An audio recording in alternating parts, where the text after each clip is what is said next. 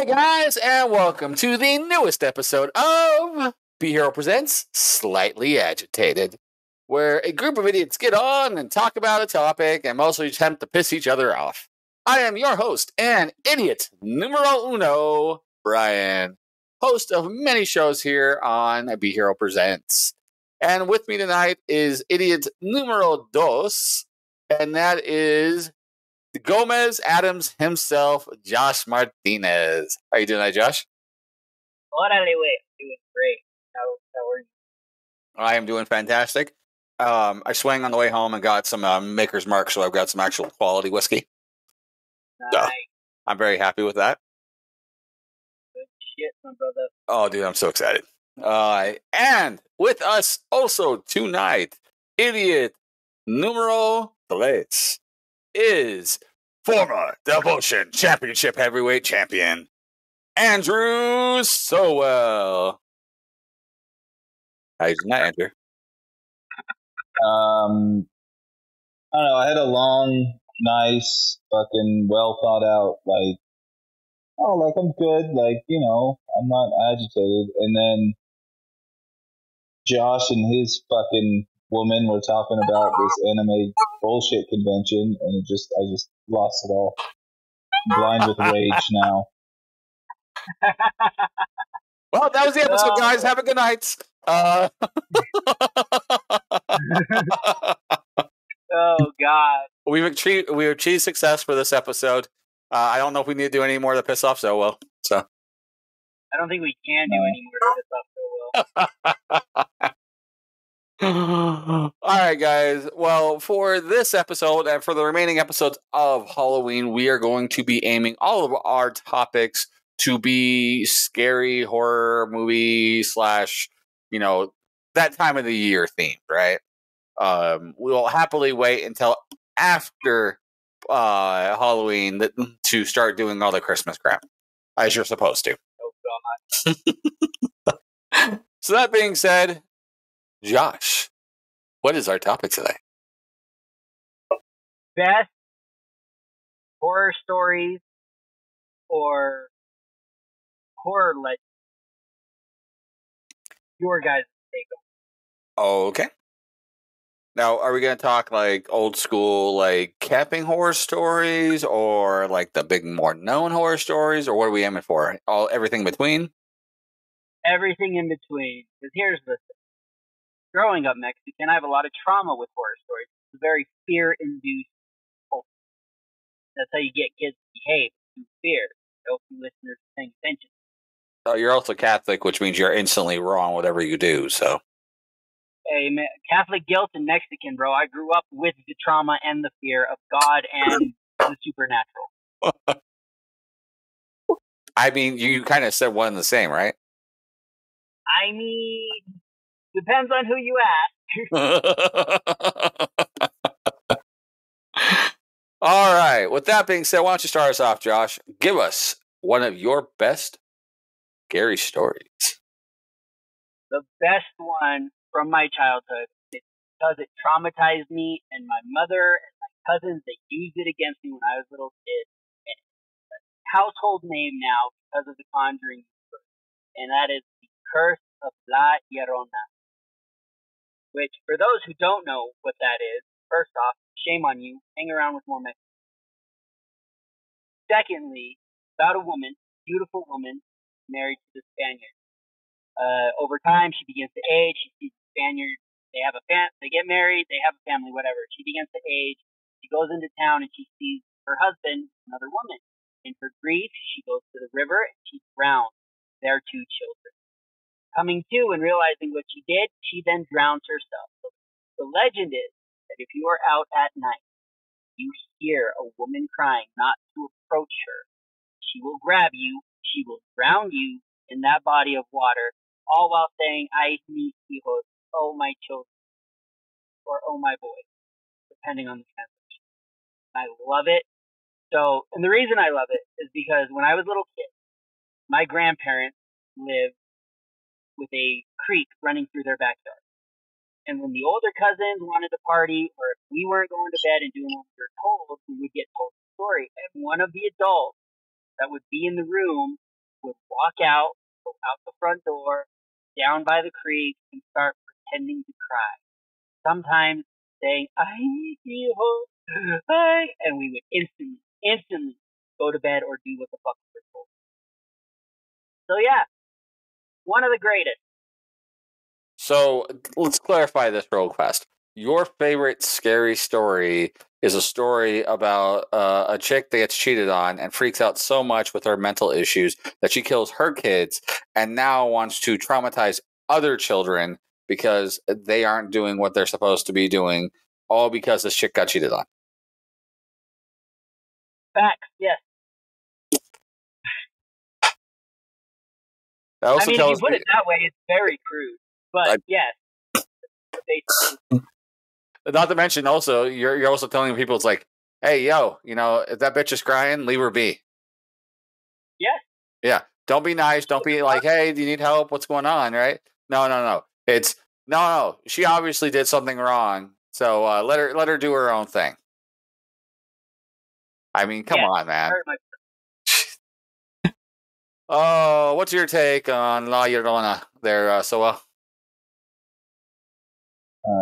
As a white male, I can't really comment on this topic, but it sounds horrifying. Also, like, some Karen did this, like, not that long ago, like a few years ago. Yeah. When she was dealing with postpartum depression, and she drowned herself and her fucking kids. But she's white, so there can't be a supernatural aspect to it. Well, nope. No.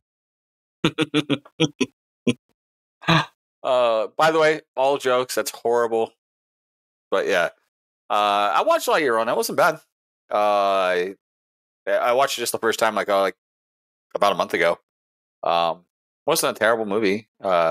It was very, very much the Conjuring style of movie as they've been doing, but it wasn't bad. 100. I think it was the last good one that I think. I heard The Nun 2 is pretty good. I haven't gotten to watch that one yet. I haven't either, but I was so disappointed by the original Nun that I'm just like, I'll wait for it somewhere. That movie was scary as hell high. I bet it was. But as somebody who cannot partake in those type of extracurriculars, I can't say. I'm a programmer, brother. They just assume I'm always high. So, all right. So, what is your favorite scary movie? Our favorite scary movie? Or scary story. Sorry. I slipped into a Scream there for a second. Fuck. I don't know. I'm very, very ill prepared for this.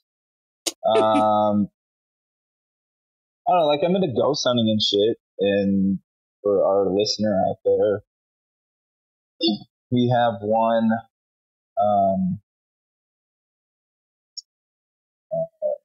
What's it called?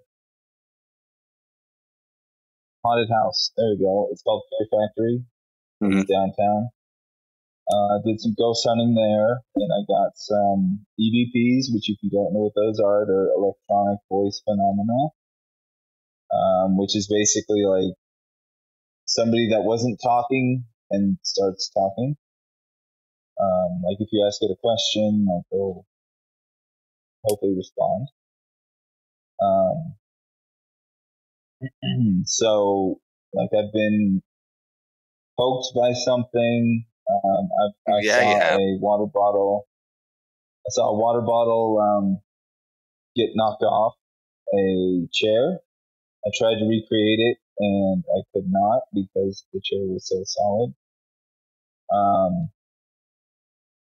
But yeah, like I'm very much a believer in ghosts and a lot of the paranormal stuff. So I definitely like ghost hunting. Okay.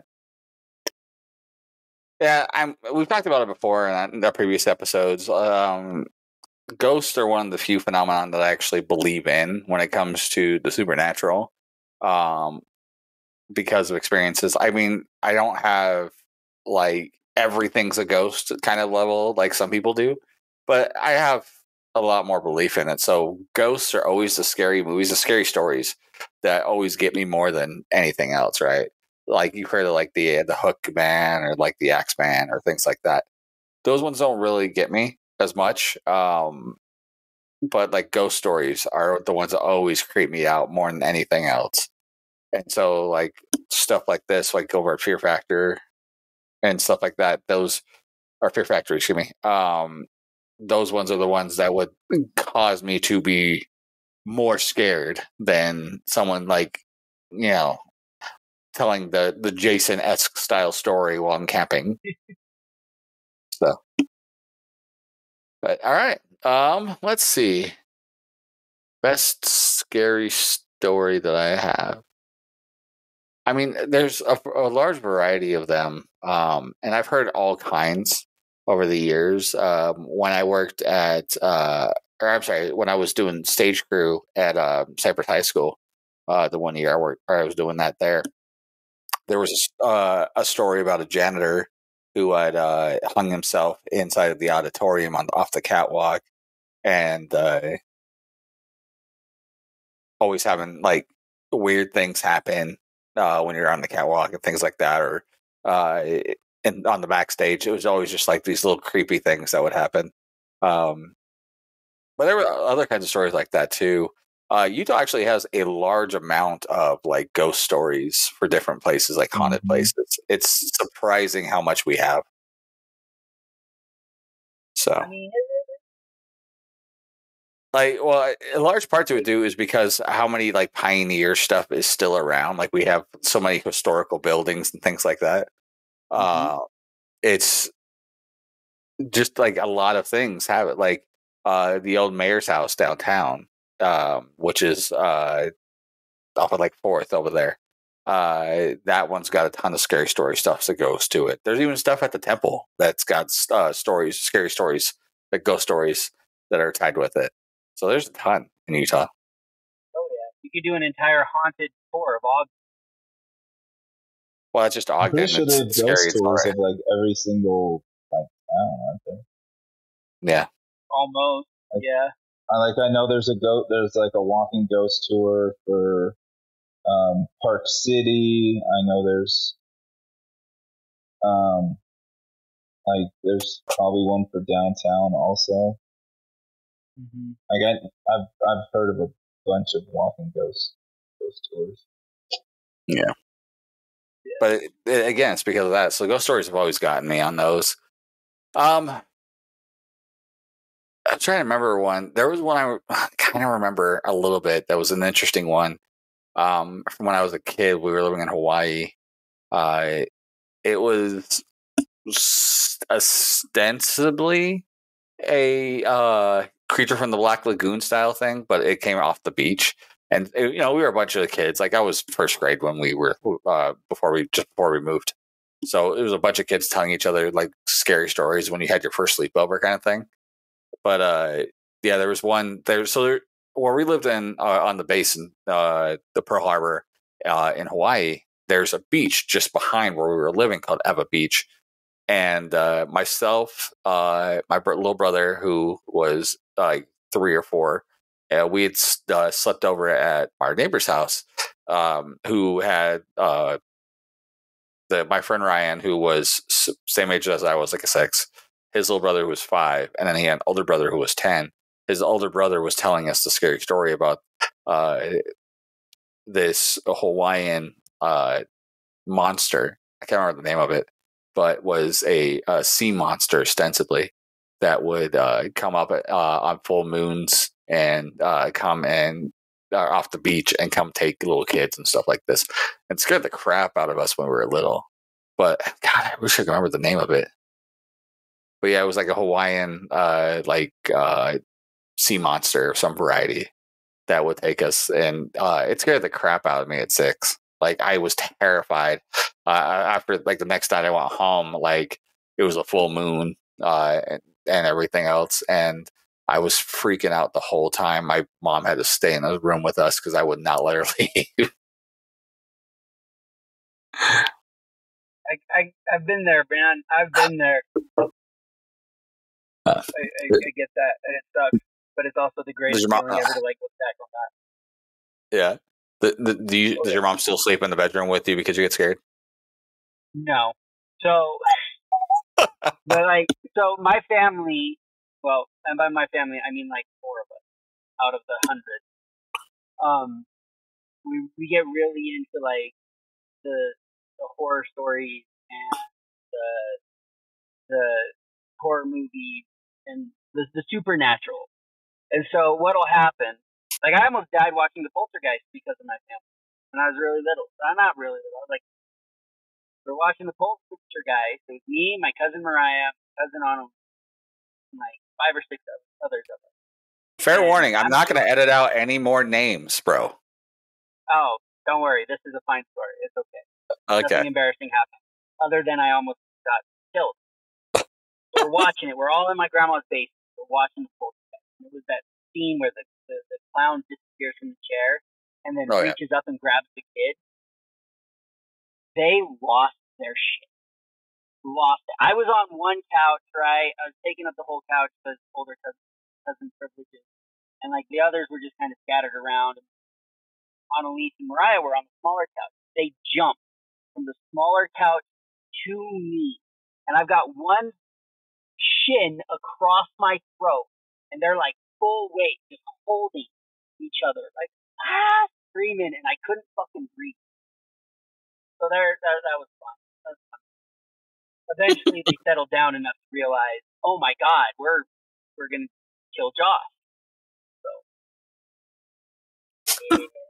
But it's good. Like, I love being scared by shit like that. Like, you guys ever go online and just look up creepypastas or horror stories like that? On occasion. I've read some interesting ones. But it's been a minute.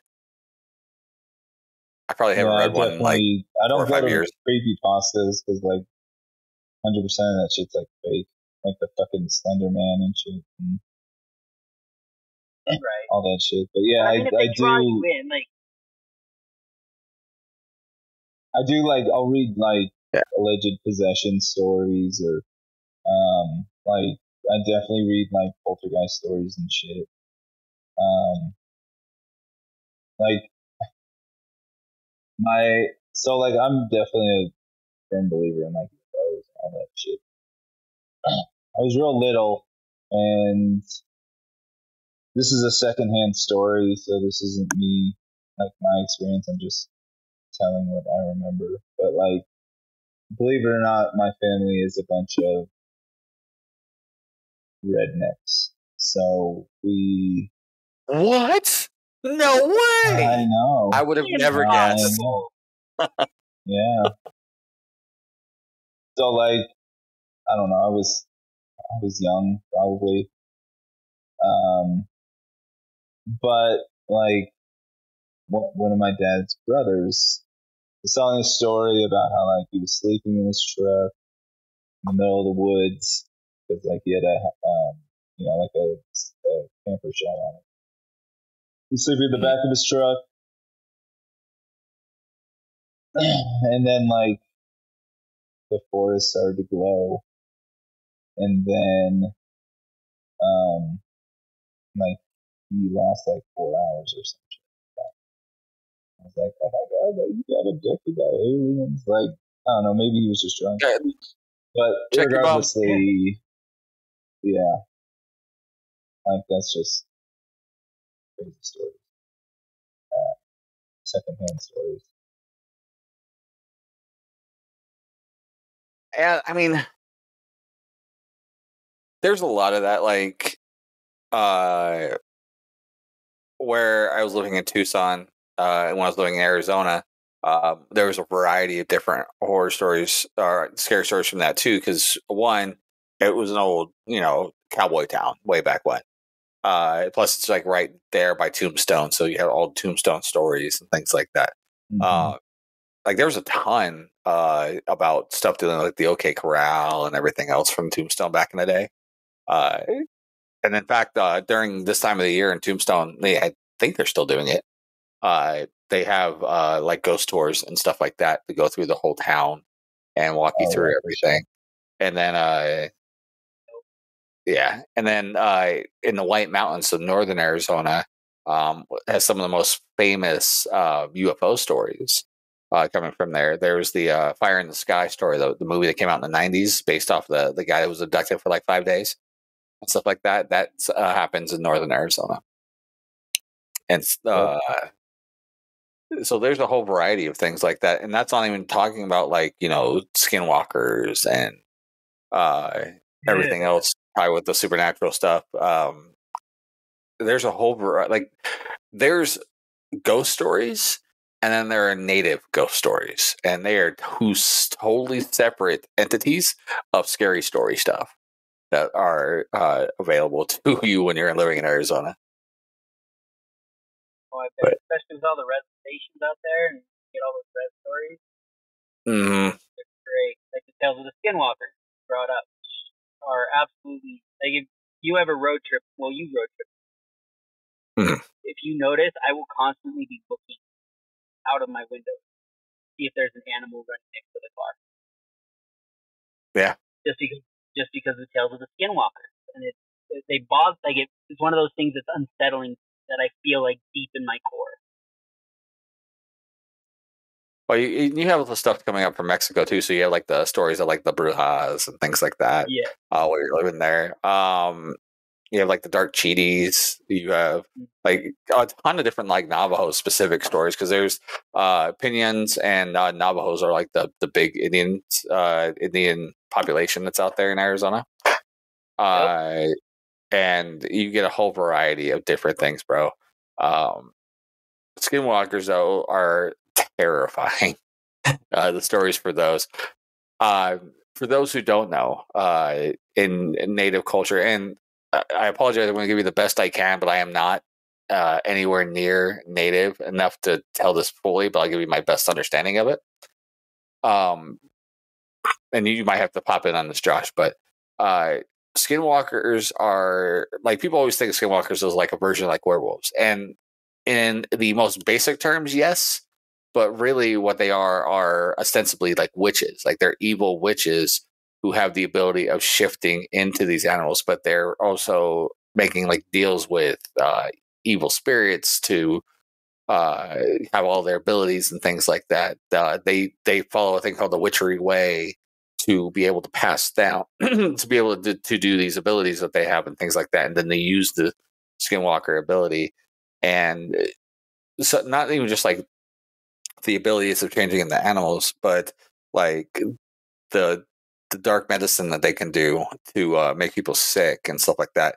It's insane on how some basic stuff like it's stuff that like could actually happen, right?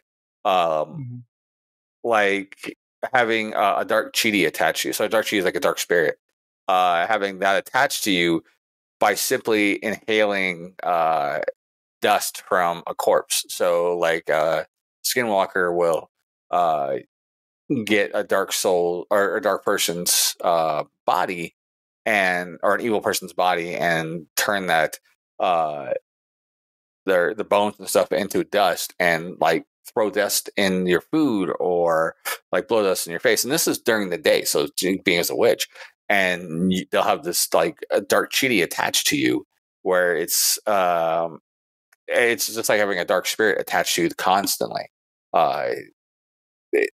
It's insane on both how simple these kind of things would be, as well as how dark and scary they are.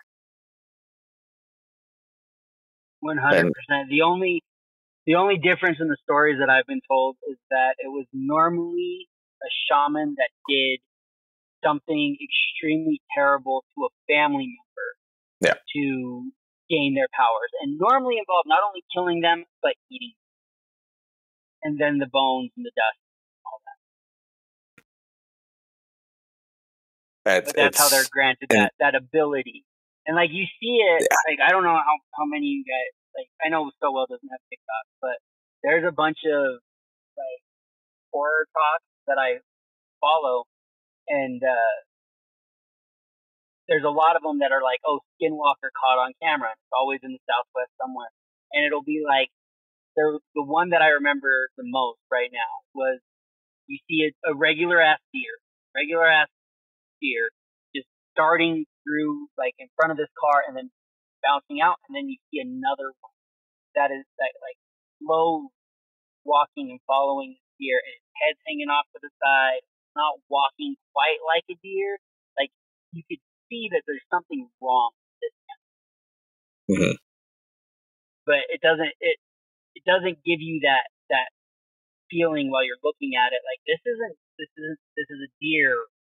This looks like somebody tried to create a deer from memory. So it doesn't look good. Yeah. My grandmother, who's Hispanic, she was born in Sonora. She would tell me stories of living there and dealing with the skinwalkers that they have there, because a lot of them would, at least their belief in it. She had a brother who was attacked by a coyote, and to this day, her and her family believe that it was a skinwalker trying to attack him. That because her dad had pissed somebody off at the bar, and she was pretty sure that that's who it was a skinwalker who he had pissed off, and like to this day, she still believes it. Damn. Yeah. Yeah, like I said, man, that shit's scary. And like I said, I don't have a lot of belief in a lot of things, but you don't know what you don't know, right? So that could, over some of the other ones, like the traditional like English style witches and things like that. Like I have a harder time with believing, because that feels a lot more sexually biased or things like that. But something like sexually biased. Most of the time, that's just people blaming women who are like powerful, who had to see, who actually don't want to deal with people that are the witches, or the ones who aren't married. Those are the witches, right? Yeah, no, I've seen Hocus Pocus. Going into that thought, though, the whole English style witches, there used to be another name for them. I can't remember what they were called off the top of my head, right? I'm thinking about it, but it was an Irish cultural thing that essentially they were banshees. No, they're witches, but kind of more shaman-esque witches. But there's an Irish. No. It's God, I can't remember the name of it. It'll come to me later. But there's a theory that a lot of the hate on quote unquote witches and stuff like that, it was more of a cultural thing, hating on the Irish specifically, because these people would do these like protective things to protect people, or like the things for their crop, things like that, through Irish belief.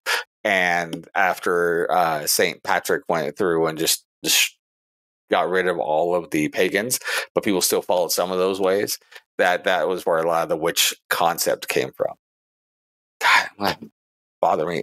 They were called like, no, it was good something. I can't remember the name of it. It's called Good Morning. Okay, that's it. Good brothers or sisters. Kind of, yeah. Let's see if I can. While we go on to the next one, I'll see if I can. That's what I'm doing.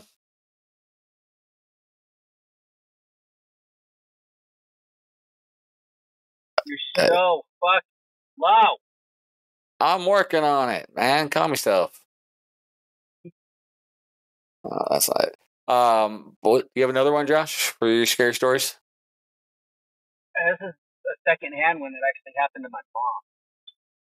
So my mom went to St. Joseph's out here in Austin, considered to be one of the most haunted places in Austin. Story goes kind of similar to the janitor story you told, but it was a student. I can't remember if he killed himself or he got killed at the school on accident. He was like senior year, whatever. Now he's on school, and there would be. So my mom's story specific. She was on the drill team, and they were running a late practice, and they got told, when you're done, lock everything waking up, turn off the lights, and give the keys to Sister Stella Marie, who was basically like the nun that lived on the premise. So they get done, they turn off the light, and they bolt out of the gym. And by the time when they got to the door, they were walking back to the car, and they heard the lights turn back on. Just that, when you turn on a lot of lights at the same time, that, and they look back, all the lights. So they run to Sister Stella Marie, and they tell her that it's like, this is what happened, blah blah blah blah blah. Lights came back on, and we don't want to go back in there. We can't go back. So Sister Stella goes with them, arm in arm, saying that God's going to protect us from anything bad. Go back to the electrical panel, kill all the lights, and before they even hit the door, lights come back on. They do it one more time, bolt out, and they're like, Stella was like, you know what? It's an electrical problem. We'll talk about it. Which, to me, if that happened to me, I'd crap my pants. I would. Right. Electricity is one of those things that doesn't just turn on and off by itself. Like, if there's a short, yeah, it'll kill power by itself, but it won't turn on by itself. I've had something similar to that happen to me. So I was a good Christian boy in high school. And one evening, it was a Friday or a Saturday night, and like I was volunteering to clean the church, right? And my dad was there because he was helping me out because it was late anyway. And like there's like this courtyard, right, where there's like so it's a outside courtyard. There's like trees, a fountain, all that shit. And then like the church offices overlook that. So like if you're cleaning outside, you can see directly to the offices. And like, so we cleaned the office, we turned off the lights, we fucking, we're starting to clean the courtyard. And we both look up and we're like, we turned off the lights, right? And my dad's like, yeah, we turned them off. Like, they shouldn't be on. So my dad and I both walk over to the, there's like a stairwell that you go through to go upstairs to the offices. Mm-hmm. Once we get through the door, all the lights are off. And they were like, the lights were on, right? Like, we weren't making this up. And we were like, we both said the same thing. The lights were definitely on. And then we go out to the, the courtyard, and the lights were indeed still off. So they somehow turned off and on by themselves. I don't know of any. I mean, it's a church, so who knows what could have happened. But yeah, I had a story.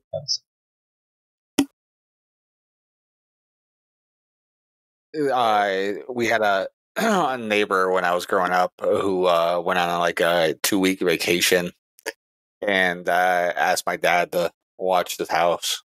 And his brother had passed away a couple of years ago in that house.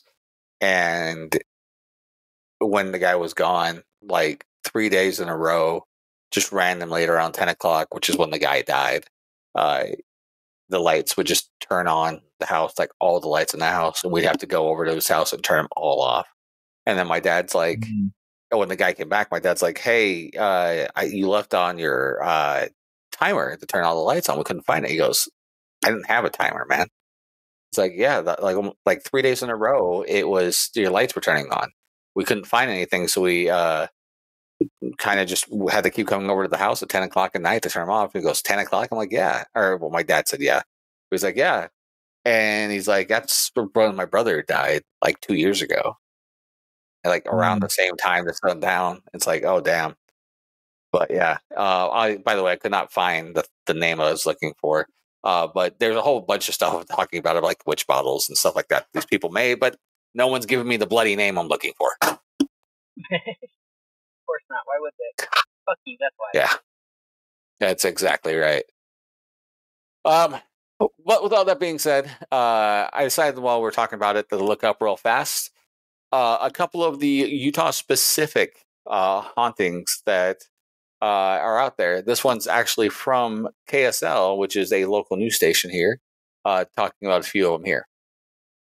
So it looks like on this one, the first one is called The Lady in Purple. If you guys have ever heard this one. It talks about people claiming to see that lady in purple all the time at the Rio Grande Depot in Salt Lake, very angry and stuff. Multiple eyewitnesses see her all the time, and she just is right around the entrance of the depot and is like just constantly yelling. But when someone goes up there to confront her, she's gone. And it's stuff just like a homeless person. Like, yeah, honestly. It probably is. There's a rational explanation to it. It's homeless. Yeah. And then the next one is the old haunted Maine, and this one is at Southern Utah University, formerly Dixie College. Is the lore of a person named Virginia Loomis, which kind of already like gets these this isn't real kind of trigger in my head, like that flag, because the last name is Loomis. But talking about she was murdered in the 1800s, right, or at the college, or around where the college is, and she was discovered. It actually, let's see, let's get the full thing. As the legend goes, Virginia Loomis was murdered in the late 1800s. Her body was discovered on the boulder used to make many of the bricks to construct the Cedar City building in 1898. It's said some of the bricks contained her blood. The supposed murderer, Stephen Farr, later in life was hired as a janitor for the university, where revenge was served. Apparently, the ghost of Virginia killed Farr. So, interesting one there. Goddamn ghosts. Right. I mean, there's a story there. Like you can do a whole like crappy Hollywood movie off of that story right there. Let's see. Don't give me any ideas. Although Mike would probably love it. Like it'd be a terrible movie. Mike's like, it's a really good movie. It's just as good as Scooby Doo or fucking Batman. Just as good as Winnie the Pooh, Blood and Honey. Yeah, I still do want to see that one. It's on Peacock now. I think it's on Amazon for free. Yeah, I want to see it. It's on Peacock for free also. Yeah, just because how bad that's going to be. Let's see. Trying to read through a few of these here. Wonder if they mentioned St. Mary. That one I have a personal experience with. They don't in here. Go ahead and give us that one. So it was at my cousin's. So my cousin went to St. Mary, or no, St. Anne. St. Anne's. The Catholic school? Catholic. Yeah, the Catholic school. Yeah. Super fucking haunted. So she was doing like her Christmas recital, whatever. We were in first grade. And recital ends, and my mom tells me, hey, go get your cousin and bring her back to us. And so I run backstage, and there's all these little kids, and there's one that has the exact same haircut, like the 90s bob with her school uniform on. And I yell at her, and she doesn't turn around. She takes off running. And so I'm running after her, thinking, oh, we're just playing right. And I remember us cutting through the halls, and then all of a sudden we make a sharp right, and I am staring at them. And I remember feeling cold, and I remember feeling unsettled by it, but not to the point where I was like crying, but I was just like, this is weird. That was her. And so I run back to my mom, and my cousin is there with all of them. They're, oh, you did such a good job. That was so sweet, so cute, blah, blah. And I was like, where'd you go? Like, I've been here. I was like, no, I was just running through that hallway. And one of the teachers was talking to them, or was around them at the time. He said something like, the little girl goes that here, and she's harmless. She just likes to play chase. And I remember thinking to myself, even then, like, why would you tell me that I just chased a fucking goat? And she so swore up and down. Hey, you're really good at chasing ghosts. I guess so. But that one still sticks to me because my cousin still, to this day, swears up and down that it wasn't her. And I swear on everything it was her. But it might have been this little girl, though. So fuck me again. That's what the ghost wanted to do, but you were too much of a chicken shit to follow it. I was in first fucking grade. Well, The Rock lost his virginity at a young age too. All right, so you could have lost your virginity to a ghost. That took a turn. As that part out. It didn't go as well as I wanted it to. Nope, I don't. I only edited the name, and that was more for his cousin than it was for him. So I don't edit things out on this podcast. Yeah. Looking more into this, that purple lady story is actually pretty prevalent. I even pulled up on Reddit, and there's 5 different people with that story about the purple lady over at the Rio. Interesting. I have not heard of this purple. Let's see. I know there's one at the Union Station in August, but I've never heard of the one at Rio Grande. That's a similar problem with the Rio Grande. It could easily be a homeless person. Yeah. But let's see.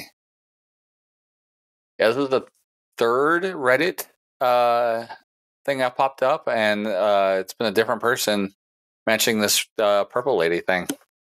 That's interesting. It gets some of your boys there together there so well, and go investigate it. That'd be cool.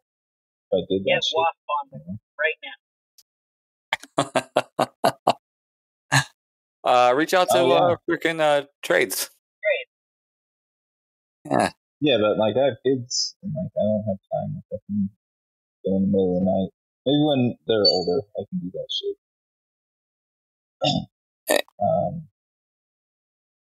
But yeah, good time ghost hunting. Continuing, I recommended it. I did it once, but it wasn't a fully official thing. It wasn't a ghost hunting group. It was just a bunch of me and my idiot friends. It was right after White Noise came out, the Michael Keane one, and we thought, we could totally do this. So we got a recorder to do EVPs and things like that.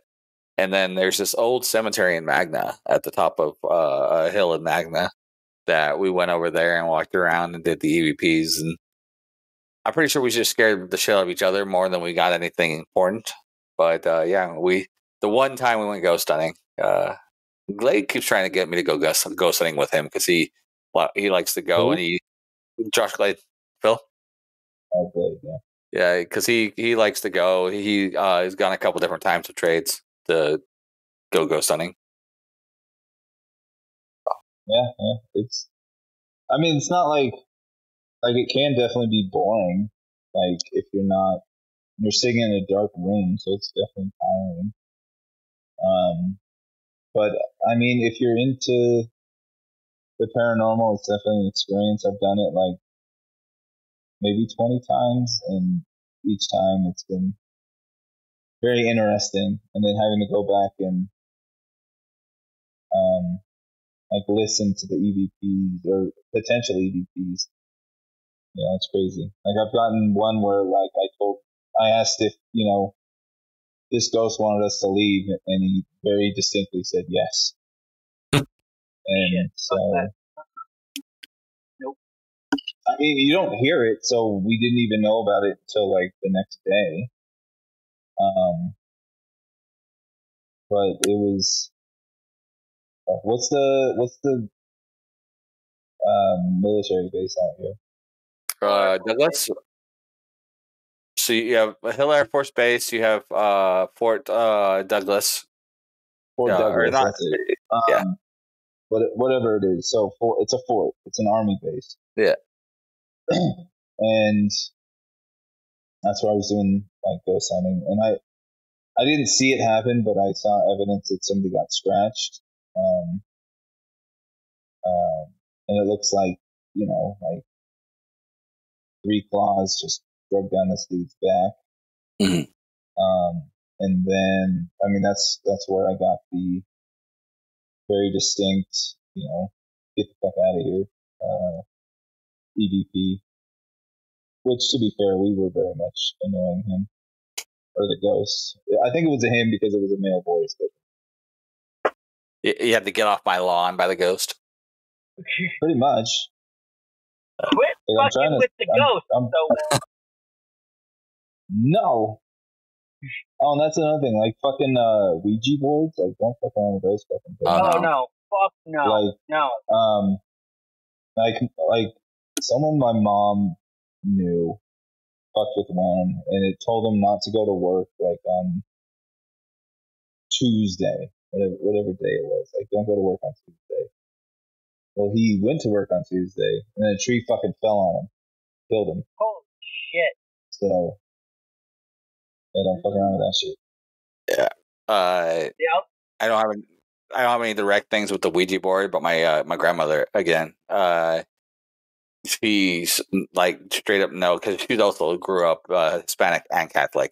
So like Ouija boards were definitely no, like straight up never gonna do it. I told her like, Grandma, like I can go buy this thing from like Parker Brothers Ouija board. Yeah, that's what I wanted too. I wanted to buy one. And she's like, nope, you're not bringing this into that into this house. I don't want any of that garbage here. And my wife's actually very much that way. I can't believe it's a fucking like toy for like Parker Brothers. Like with how much. The funny thing is like, yeah, it's a toy, but I want to see their sell number. I really do, because I can't imagine they sell more than 50. And even that to me is too fucking much. Because you hear these stories all the fucking time of people, oh, I'm gonna mess with the Ouija board, and and something terrible always fucking happens. Mm-hmm. Like if you I was listening to this podcast. I can't remember which one. Wish I could give them credit, but they were talking about they were talking with a medium, and the medium said that 9 times out of 10, it's just you and your friends messing with each other's subconscious. Mm-hmm. But that one fucking time, is where something bad gets. Mm-hmm. And it's not just like this little flash. Like, it is something that sticks with people, and it's something that messes. That's why I won't go ghost hunting. That's why I won't fuck with the Ouija board. There's that chance, right, that it latches on, follows you home. I'm not about that life. Oh, yeah, I'm not about that fucking life either. I just remembered this story from my previous house. So allegedly, well, I think it was definitely haunted. Like we had, like a family friend is basically like a medium, and she, like she cleansed the house a couple times. Mm-hmm. But like allegedly, you know, it's very haunted. But one night I was, you know, we had Selena, so she was very little, and my niece was spending the night over, and like, this is when my sister was still living at the house with us. So like there was a downstairs basement where all of their stuff was. And so I'm sitting like playing Call of Duty with my headphones on and stuff, and I hear there's a door that opens and closes to go downstairs to where my sister's stuff was. I hear that slam shut, and then I hear footsteps going up the stairs. I was like going up the stairs to where my niece was sleeping. And I was like, oh, that was weird. And like, so I text my sister, like, are you home? And she's like, no, I'm at work. I'm like, oh, okay. Well, maybe it was Grace then. So like I get up and, go check on her, and she's like in bed asleep.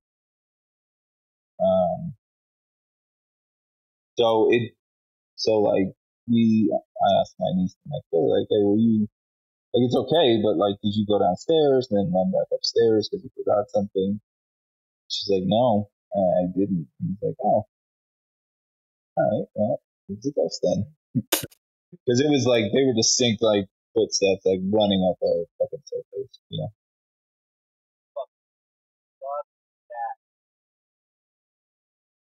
All right. I decided to look up one more story. I actually found two. One I'm going to bring up while I'm getting the other one prepped. But one is from Ogden, Newgate Mall. Apparently, two teenagers who worked in the theater had killed themselves in the theater, and a lot of people since then have seen shadows and like ghostly-ish figures, like shadow figures, in the theater that they died in.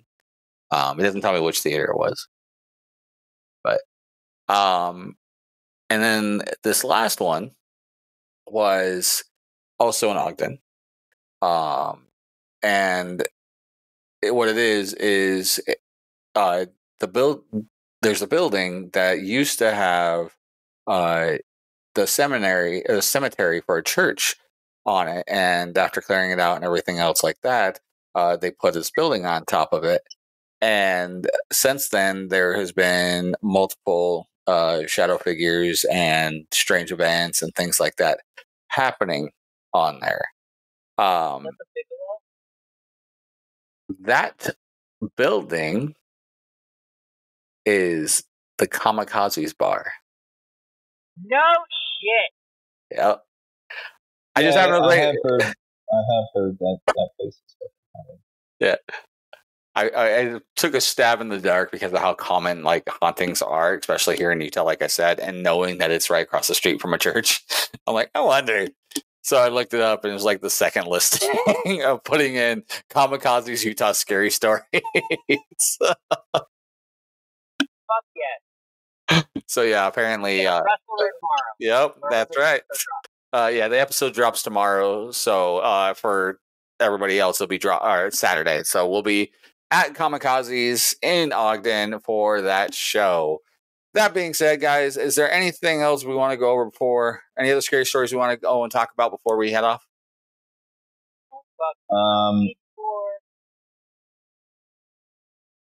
Yeah, so this one time, a group of friends and me, we had our dog, and we were mystery solvers, right? And we were going around to different towns.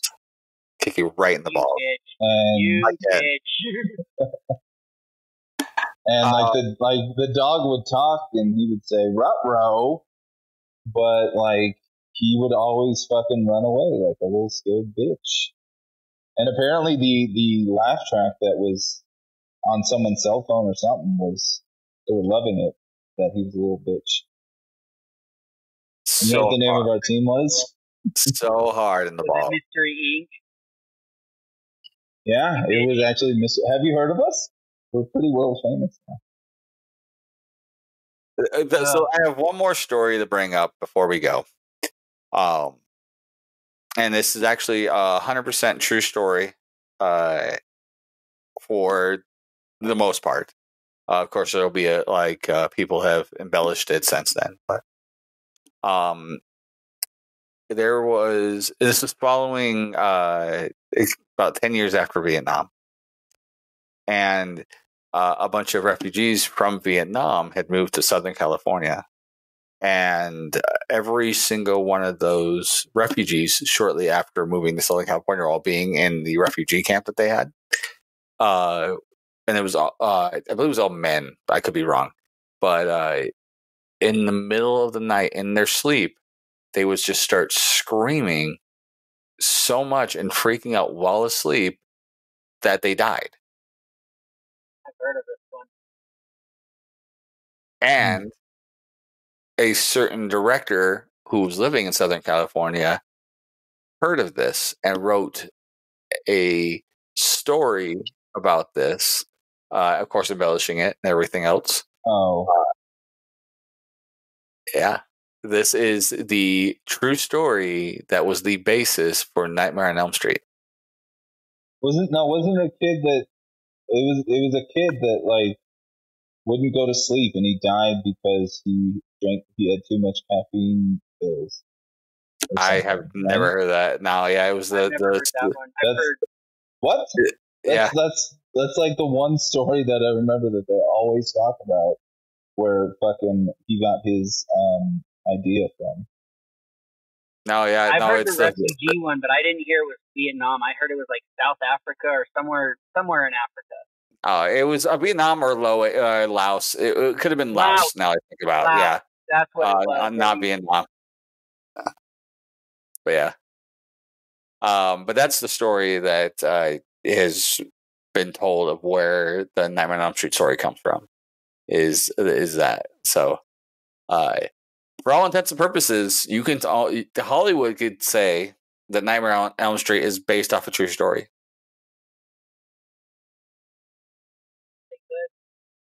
So, I mean, they do it for so many other fucking things, right?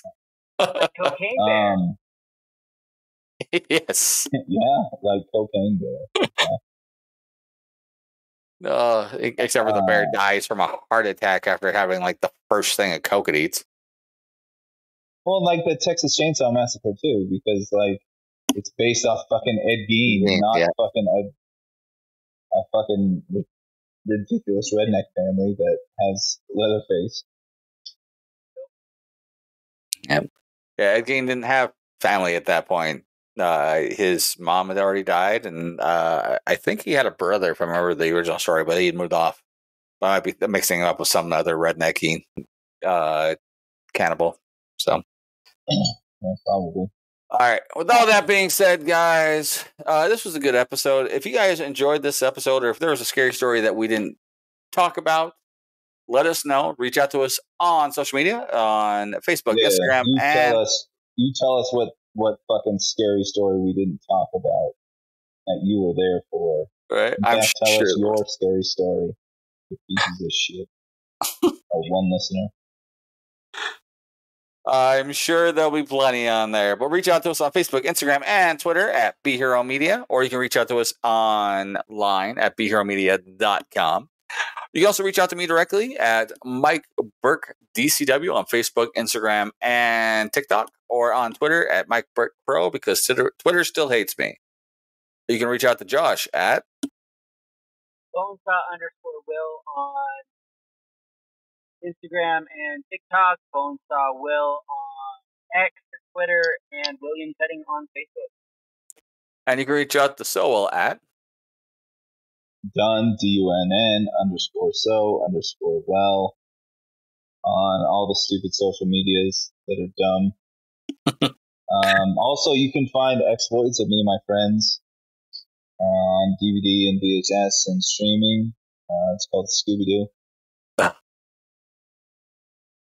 And if you watch those, please tell us that you watched it and how much you hate your life afterwards. Thanks, everyone. I hate you so much. All right, before we head off, let's go ahead and talk about the upcoming shows for Devotion Championship Wrestling. Tonight, as this airs, we are in Ogden at the Haunted Kamikazes Bar for Tussle Time 8. That'll be a great show.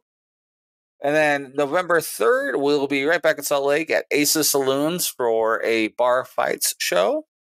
November 11th, right back in Salt Lake City for Pains Giving.